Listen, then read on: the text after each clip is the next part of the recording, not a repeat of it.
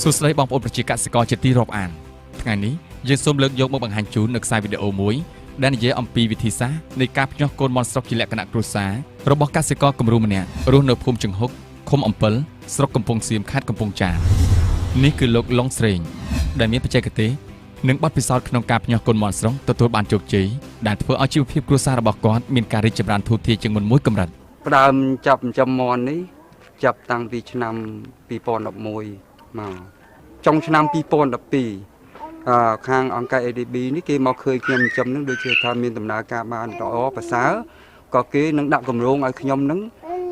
ទទួលគម្រោងដែលផលិតកូនមាន់បែកចែកចាយឲ្យទៅកសិករចិញ្ចឹមក្នុងនោះគេជួយយើងគឺតាំងមេមាន់ឈ្មោលនិងមាន់មេវា30ក្បាលហើយមាន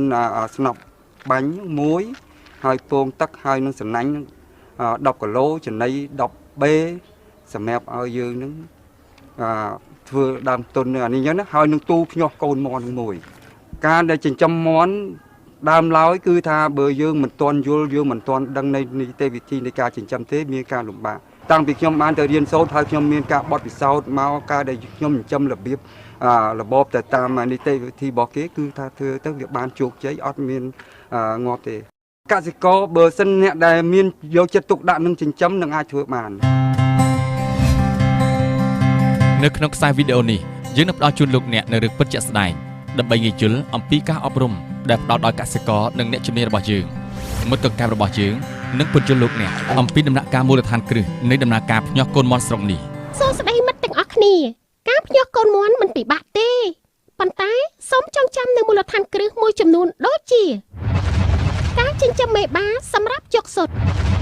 ការរក្សាសុទ្ធមាន់ការរៀបចំទូភ្ញាស់ការរៀបចំសុទ្ធសម្រាប់ភ្ញាស់បច្ចេកទេសឆ្លោះមើលខាងក្នុងសុទ្ធដំណាក់កាលញាស់ការថែរក្សាកូនមាន់ទើបញាស់ទីផ្សារលក់កូនមាន់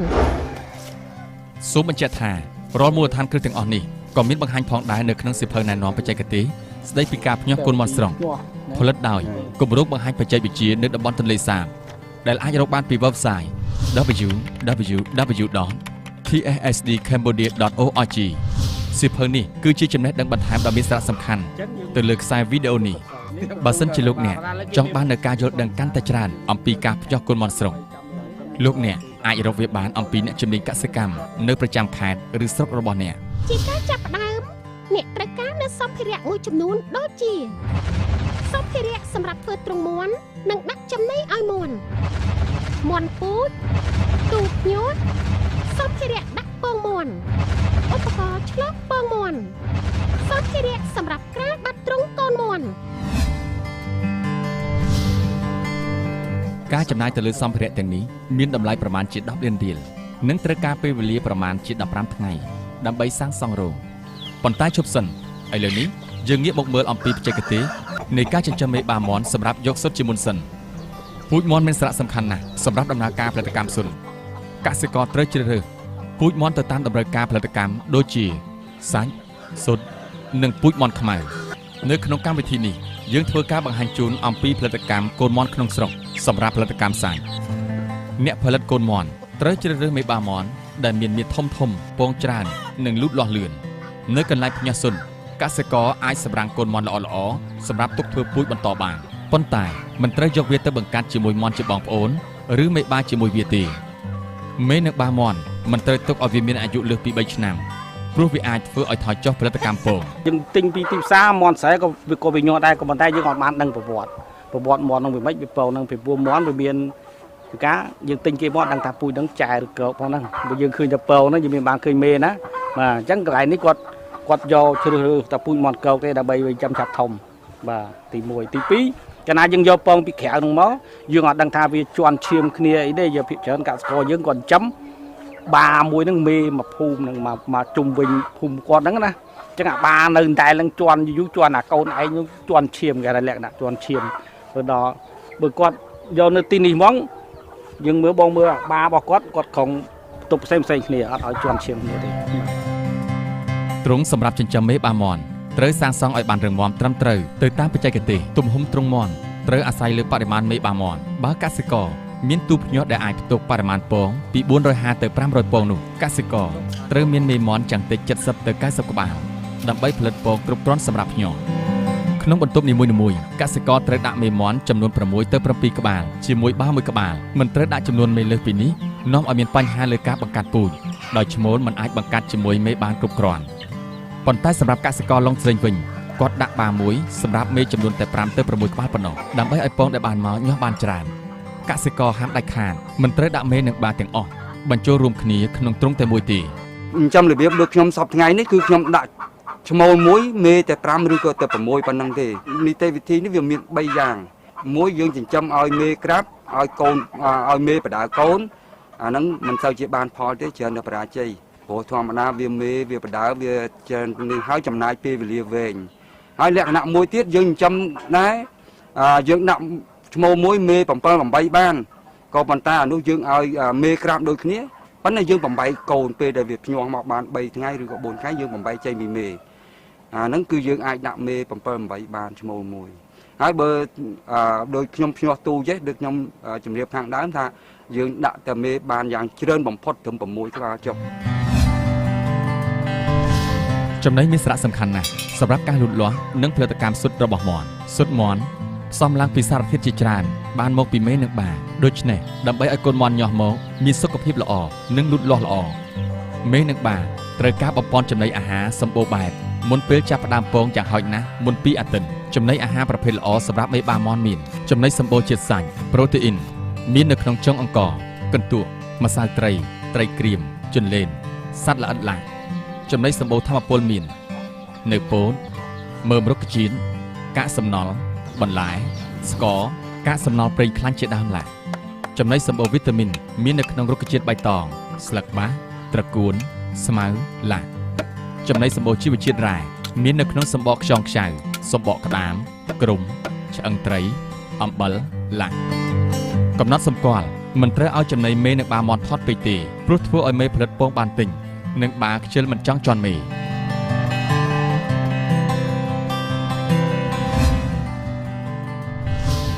ស៊ុតមាន់ដែលញាស់បានល្អអាស្រ័យទៅលើការថែរក្សាទុកដាក់និងរបៀបញាស់ជាទូទៅការប្រមូលស៊ុតត្រូវធ្វើនៅមុនម៉ោង9ព្រឹកនិងនៅពេលល្ងាចម្ដងទៀតត្រូវប្រមូលស៊ុតថ្នមៗកុំឲ្យស៊ុតប្រេះឬស្រាំត្រូវដាក់ស៊ុតក្នុងថាសសម្រាប់ដាក់ស៊ុននិងដាក់ផ្នែកធំនៅខាងលើហាមដាក់ស៊ុតក្នុងកន្ត្រកបាវឬថង់កសិករត្រូវបំបាយស៊ុតល្អនិងមិនល្អមុនពេលដាក់ភ្ញាស់ស៊ុតល្អគឺស៊ុតស្អាតមិនកក្រិញនិងមានទំហំប្រហាក់ប្រហែលគ្នាស៊ុតមិនល្អគឺស៊ុតដែលមានទំហំធំពេកឬតូចពេកមានកន្លាក់កណ្ដាលមានភាពប្រេះស្រាំនិងប្រឡាក់កក្រិញកសិករត្រូវកត់ត្រាចំនួនស៊ុតដែលបានប្រមូលទុកសម្រាប់ភ្ញាស់ដោយដាក់សញ្ញាសម្គាល់កន្លែងប្រមូលស៊ុតកុំដាក់ស៊ុតឲ្យត្រូវពន្លឺថ្ងៃជៀសវាងការរក្សាទុកស៊ុតនៅកន្លែងរោងចិញ្ចឹមមេពូជជាហេតុបណ្ដាលឲ្យកូនបង្កកំណើតក្នុងស៊ុតងាប់លឿនជាងធម្មតាព្រោះវាជាកន្លែងសម្បូរមេរោគអាចឆ្លងមកស៊ុតកសិករត្រូវកត់ត្រាឬចុះបញ្ជីស៊ុតឲ្យបានត្រឹមត្រូវពិសេសចំនួនស៊ុតដែលទទួលបានមួយលើកត្រូវសរសេរផ្លាកសម្គាល់ថ្ងៃខែឆ្នាំទទួលបានស៊ុតនិងប៉ាន់ស្មានពីចំនួនស៊ុតដែលត្រូវដាក់ក្នុងទូភ្ញាស់ស៊ុតមិនត្រូវទុកឲ្យលើសរយៈពេល7ថ្ងៃបន្ទាប់ពីប្រមូលចេញពីទ្រុងបើទុកលើសពីនេះលទ្ធភាពញាស់នឹងថយចុះហើយកូនបង្កកំណើតអាចងាប់លឿនស៊ុតភ្ញាស់ត្រូវទុកនៅកន្លែងមានសីតុណ្ហភាពពី12ទៅ19អង្សាសេក្នុងកំឡុងពេលរក្សាទុកស៊ុនត្រូវបង្វិលមួយដងក្នុងមួយថ្ងៃក្នុងកម្រិត45ដឺក្រេនិងបង្វិលត្រឡប់មកម្ខាងទៀត90ដឺក្រេគាត់ត្រូវចូលរឹសក្នុងទងមាន់រាល់ថ្ងៃក្នុងទងហ្នឹងយកមកទុកហើយយើងយកមកទុកបានតា3ទៅ4ថ្ងៃទុកក្រៅដែលមិនទាន់បានចូលទួតែលើសពីមួយសប្តាហ៍ទៅចូលទៅអត់ញាស់ទេបាទហើយគាត់ជឿមកគាត់អត់លាងទឹកលាងអីទេគាត់គិតថាជូតឲ្យស្អាតយកដាក់ក្នុងទូមកកាលណាយើងលាងទៅអាលាមកមាន់ដែលប្រឡាក់នៅលើពងនៅយើងប្រឡាក់ហ្នឹងវាជ្រាបចូលទៅតាមហ្នឹងវាអាចមេរោគទៅងាប់អញ្ចឹងយើងជូតឲ្យស្អាតដាក់មកកសិករត្រូវដាក់ទូភ្ញាស់ស៊ុតនៅកន្លែងដែលមានខ្យល់ចេញចូលល្អមិនត្រូវដាក់ទូភ្ញាស់នៅក្រោមពន្លឺថ្ងៃត្រូវដាក់ទឹកបំពេញនៅក្នុងថាសទឹកនៅបាតទូភ្ញាស់ឲ្យបានគ្រប់គ្រាន់ចំពោះទូភ្ញាស់ស្វ័យប្រវត្តិមុនដាក់ស៊ុតភ្ញាស់កសិករត្រូវកំណត់ឲ្យបានច្បាស់លាស់ពីសីតុណ្ហភាពសំណើមក្នុងទូនិងចន្លោះរយៈពេលបង្វិលស៊ុតនីមួយៗយល់ល្អត្រូវសាកល្បងបង្វិលស៊ុតមុនដាក់ស៊ុតចូលទៅក្នុងទូភ្ញាស់ កសិករត្រូវពិនិត្យមើលស៊ុតម្ដងមួយកុំឲ្យមានប្រេះស្រាំដាក់ស៊ុតក្នុងកេះឬឡាំងដែលមានកម្ដៅអ៊ុនតម្រៀបស៊ុតដាក់ក្នុងថាសភ្ញាស់ដោយដាក់ស៊ុតផ្នែកធំនៅខាងលើសីតុណ្ហភាពសមស្របសម្រាប់ភ្ញាស់នៅក្នុងទូគឺ 37.2 ទៅ 37.7 អង្សាសេមិនត្រូវឲ្យសីតុណ្ហភាពឡើងចុះខ្លាំងទេអាចមានបញ្ហាដល់ការញាស់របស់កូនមាន់ត្រូវដាក់ទឹកបន្ថែមឲ្យបានគ្រប់គ្រាន់ដើម្បីឲ្យមានសំណើមថេរអាយុស៊ុនពី1ទៅ18ថ្ងៃត្រូវការសំណើមពី 50% ទៅ 55% ស៊ុតអាយុពី19ទៅ21ថ្ងៃត្រូវការបង្កើនសំណើមពី 60% ទៅ 65% ត្រូវឲ្យមានចរន្តខ្យល់ចេញចូលដើម្បីជួយឲ្យមានលំនឹងនិងអុកស៊ីសែនក្នុងទូនិងការស្រូបរបស់ស៊ុនពិសេសស៊ុតភ្ញាស់មានអាយុពី15ទៅ17ថ្ងៃដើម្បីទទួលបានលទ្ធផលស៊ុតញាស់បានល្អកសិករត្រូវធ្វើការបង្វិលស៊ុតឲ្យបានត្រឹមត្រូវដើម្បីឲ្យជាតិលៀងស៊ុនស្ថិតនៅចំកណ្ដាលដែលនាំឲ្យកូនមាន់បង្កកំណើតបានល្អត្រូវបង្វិលស៊ុតឲ្យបាន90អង្សាបង្វិលរៀងរាល់1ម៉ោងកន្លះម្ដងចំពោះម៉ាស៊ីនភ្ញាស់ស្វ័យប្រវត្តិបង្វិលស៊ុនចាប់ពីអាយុ1ទៅ18ថ្ងៃប៉ុន្តែហាមដាច់ខាតបង្វិលស៊ុតនៅ3ថ្ងៃចុងក្រោយគឺនៅថ្ងៃទី19ទៅថ្ងៃទី21ជាទូទៅស៊ុតត្រូវពិនិត្យមើលឲ្យបានដិតដល់នៅក្នុងកំឡុងពេលភ្ញាស់ដើម្បីតាមដានអំពីដំណើរការលូតលាស់របស់កូននិងកែសម្រួលទូភ្ញាស់ឲ្យបានត្រឹមត្រូវស៊ុតត្រូវឆ្លុះពិនិត្យមើលពេលដាក់ចូលក្នុងទូភ្ញាស់បានចំនួនពី8ទៅ10ថ្ងៃយើងដាក់ក្នុងទូហើយចំនួនមួយអាទិត្យទៅ10ថ្ងៃយើងនឹងអាចយកមកឆ្លុះពិនិត្យមើលថាពងណាផ្ដល់កំណើតពងណាមិនផ្ដល់កំណើតគឺពងដែលមិនផ្ដល់កំណើតនេះណាដែលវាពងហៅថាពងចាំសបុកណាដាក់ទៅឃើញសស្គង់មកហ្មងសថ្លានៅក្នុងនឹងអត់មានហេតុអីមួយយើងមើលគួរឲ្យចាប់អារម្មណ៍អត់មានទេអានេះពងដែលផ្ដល់កំណើតណាវាមើលទៅវាមានស្នាមដែលវាកំណើតដែលវាចាប់កកំណើតឡើងអញ្ចឹងវាមានមើលទៅឃើញខ្មៅហើយឃើញសរសៃឈាមស៊ុតមាន់ញាស់ពេលដាក់ក្នុងទូភ្ញាស់បានរយៈពេល21ថ្ងៃសីតុណ្ហភាពក្នុងទូភ្ញាស់គួររក្សានៅត្រឹម 37.5 អង្សាសេហើយសំណើមអាចបង្កើនបានដោយបន្ថែមអេប៉ុងសើមឬកន្សែងក្រដាសសើមនៅអាយុពី20ទៅ21ថ្ងៃកូនចាប់ផ្ដើមចឹកសម្បកការញាស់មានរយៈពេល1ទៅ2ថ្ងៃត្រូវរក្សាទុកកូនមាន់នៅក្នុងទូភ្ញាស់ប្រហែល24ម៉ោងដើម្បីឲ្យកូនមាន់ស្ងួតរោមនិងមានកម្លាំងគ្រប់គ្រាន់កូនមាន់ញាស់ហើយត្រូវដាក់នៅកន្លែងស្ងួតនិងមានអុកស៊ីសែនគ្រប់គ្រាន់ហើយដល់ពេលដែលយើងដាក់កូនទៅក្នុងទ្រុងហើយអីហើយគឺយើងគឺរយៈពេល2ថ្ងៃយើងមិនតន់ឲ្យចំណីវាទេព្រោះកូនមាន់វា2ថ្ងៃវាអាចមានអាហារបំពន់របស់វាជាស្រេចមកហើយបាទដែលការភ្ញាស់នេះគាត់កន្លែងនេះគាត់ភ្ញាស់នឹងទូគិសនីណាអញ្ចឹងការភ្ញាស់របស់គាត់ហ្នឹងគឺគាត់ត្រូវតែដាក់ថាសទឹកយើងមើលឃើញថាសទឹកពីកូនហ្នឹងថាសទឹកហ្នឹងដែលផ្ដល់សំណើមចំហាយសំណើមដល់ពងឲ្យពងមានជីវិតញាស់បានល្អបាទបើគាត់អត់បានដាក់ហ្នឹងទេមាន់ញាស់អត់ទេយើងមើលកសិករយើងដែលចាំតាមលក្ខណៈគ្រួសារនៅតាមផ្ទះមាន់គាត់ក្រាបពិសេសនៅខែប្រាំងខែចែកមាន់អត់ញាស់ទេមកសបុកញាស់បាន1 2អីទេដោយសារវាខ្សោះវាហួតហែងពេកអញ្ចឹងធ្វើឲ្យមាន់អត់ញាស់បើគាត់ចេះកែប្រែគាត់ចេះកែក្នុងធុងមាន់គាត់ឲ្យមានសបុកមេក្រាបតាណាគាត់យកទឹកមកចានដៃទូចដាក់ពីកោមមិនដាក់ពីកោមទៅវាមានចំហាយពីក្តៅចំហាយទឹកឡើងលើធ្វើឲ្យអាស៊ុតមាន់ហ្នឹងពងមាន់ហ្នឹងវាអាចដកដង្ហើមយកចិត្តទឹកហ្នឹងបានហេមើលណែឥឡូវនេះកូនមាន់យើងញាស់ហើយដូច្នេះតើយើងត្រូវធ្វើអ្វីទៀតដើម្បីឲ្យកូនមាន់យើងលូតលាស់និងមានសុខភាពល្អចំពោះទ្រុងសម្រាប់ថែរក្សាកូនមាន់ដែលមានអាយុក្រោម21ថ្ងៃកសិករត្រូវធ្វើបាតទ្រុងដោយដាក់បន្ទះក្តារក្រាលនិងមានជញ្ជាំងបាំងជុំវិញឲ្យបានជិតល្អនៅពេលអាកាសធាតុត្រជាក់បាតទ្រុងត្រូវក្រាលអង្កាមដើម្បីរក្សាកម្ដៅត្រូវដាក់អំពូលមូលឬក្អមមានធ្យូងសម្រាប់ផ្ដល់កម្ដៅដល់កូនមាន់កម្ដៅសម្រាប់កូនមាន់នៅអាទិត្យទី1ស្ថិតក្នុងកម្រិត 32.3 ទៅ 35 អង្សាសេនិងបន្ថយបន្តិចម្ដងរៀងរាល់អាទិត្យរហូតដល់ស្មើនឹងកម្ដៅនៅខាងក្រៅតំបន់អត់មានអគ្គិសនីគាត់អាចប្រើធ្យូងឆ្នាំងដីបាទយកឆ្នាំងដីមកចោះនឹងចែងបន្ថៅទៅដល់ធ្យូងដាក់ឲ្យក្តៅពេលយប់លើកធ្យូងនេះលើកឆ្នាំងដីទៅចងព្យួរក្នុងទ្រុងកូនមាន់ហ្នឹងដើម្បីឲ្យវាកម្ដៅបាទហើយគេមើលទៀតក្តៅគេអត់ស្ទាបមាន់ទេគេមើលកូនមាន់បើកាលណាវាដេកផ្ដុំគ្នាចេះបានន័យថាកម្ដៅហ្នឹងអត់គ្រប់គ្រាន់ទេហើយវាមកដេកគៀកភ្លើងហើយផ្ដុំគ្នាកម្ដៅអត់គ្រប់គ្រាន់ទេតែបើវាដេករាយប៉ាយវាពេ ពេញមកត្រង់នឹងជាលបាយវាមកសាច់តែថាកម្ដៅគ្រប់គ្រាន់ណាតែបើវាទៅដេកឲ្យចែងទុងទាំងអស់ឆ្ងាយពីអាកន្លែងយើងដាក់កម្ដៅហ្នឹងបានន័យថាកម្ដៅនឹងវាក្ដៅជ្រុល សម្រាប់កូនមាន់ដែលមានអាយុក្រោម21ថ្ងៃកសិករត្រូវផ្ដល់ចំណីបាវចំណីផ្សំស្រេចឲ្យស៊ីឲ្យបានច្រើនដងក្នុងមួយថ្ងៃដើម្បីឲ្យកូនមាន់ស៊ាំជាមួយនឹងចំណីគួរលាយចុងអង្ករពោនដែលមានគ្រាប់ល្អិតក្នុងចំណីបាវឲ្យស៊ូនៅពេលវាមានអាយុចូលអាទិត្យទី3កសិករក៏គួរលាយចំណីបាវជាមួយបន្លែបៃតងស្ងួតនិងកិនឲ្យម៉ត់បន្តិចឲ្យកូនមាន់ស៊ីផងដែរចំណែកទឹកត្រូវដាក់ទឹកស្អាតឲ្យបានគ្រប់គ្រាន់និងផ្លាស់ប្ដូរទឹកឲ្យបាន2ដងក្នុងមួយថ្ងៃពេលព្រឹកនិងល្ងាចកសិករមិនត្រូវផ្ដល់កន្ទក់ដែលមានអង្កាមឲ្យកូនមាន់ស៊ីទេព្រោះបណ្ដាលឲ្យកូនមាន់មានបញ្ហាប្រព័ន្ធរំលាយអាហារ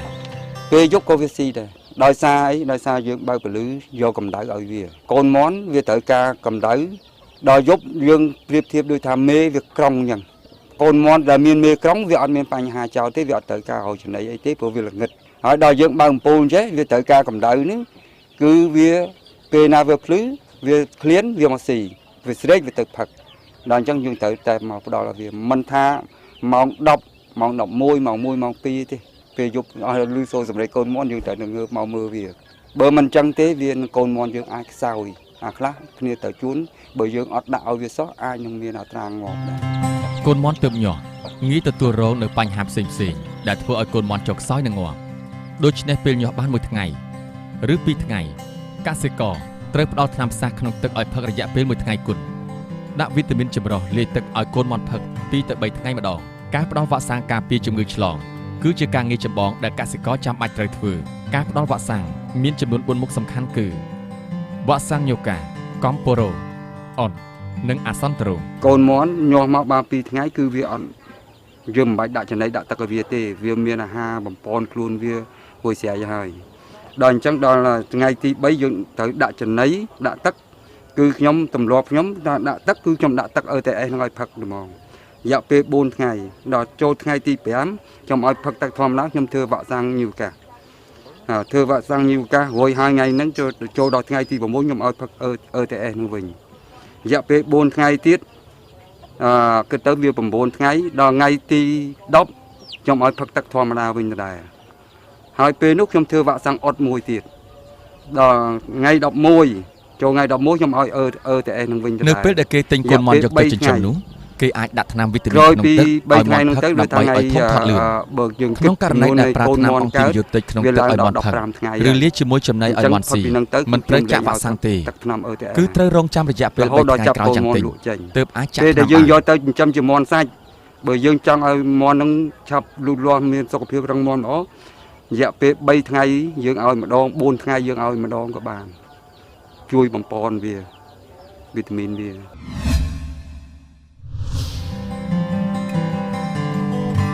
ក្រោយការចិញ្ចឹមរយៈពេល21ថ្ងៃកូនមាន់អាចលក់ចែកចាយឲ្យកសិករដទៃទៀតយកទៅចិញ្ចឹមបានបច្ចុប្បន្នទីផ្សារកូនមាន់មានតម្រូវការខ្ពស់កូនមាន់មួយមានតម្លៃ 5,000 រៀលដើម្បីដឹកជញ្ជូនកូនមាន់យកទៅចិញ្ចឹមឲ្យបានត្រឹមត្រូវតាមបទដ្ឋានកសិករត្រូវធ្វើដូចតទៅមិនត្រូវចំណាយពេលវេលាយូរពេកក្នុងការដឹកជញ្ជូនទេប្រើឧបករណ៍សាមញ្ញសម្រាប់ដឹកជញ្ជូនដូចជាកេះឬឡាំងដែលមានខ្យល់ចេញចូលត្រឹមត្រូវកុំដាក់កូនមាន់ចង្អៀតពេកនិងមិនត្រូវដាក់គោលើគ្នាច្រើននាំឲ្យជន់សង្កត់ងាប់កូនមាន់ទាំងអស់ត្រូវផ្ដល់វ៉ាក់សាំងឲ្យបានត្រឹមត្រូវកម្មវិធីផ្ដល់វ៉ាក់សាំងការពារជំងឺឆ្លងនិងទម្លាក់ព្រូនអាយុ3ថ្ងៃវ៉ាក់សាំងយូកាបន្តក់នៅភ្នែកនិងច្រមុះអាយុ8ថ្ងៃវ៉ាក់សាំងកំពូរ៉ូបន្តក់នៅភ្នែកអាយុ14ថ្ងៃវ៉ាក់សាំងអុនជួសស្លាប់រងអាយុ2ខែវ៉ាក់សាំងអាសន្ត្រូចាក់សាច់ដុំទ្រូងអាយុ3ខែទម្លាក់ព្រូនលាយចំណីបាទពេលកសិករផ្សេងទៀតអតិថិជនគាត់ឡើងមកទិញចាស់កន្លែងហ្នឹងគាត់ណែនាំមកគាត់ថាត្រូវឲ្យស៊ីចំណីនេះពីព្រោះមាន់កាលណាដូរចំណីលឿនភ្លាមវាអាចមានបញ្ហាអញ្ចឹង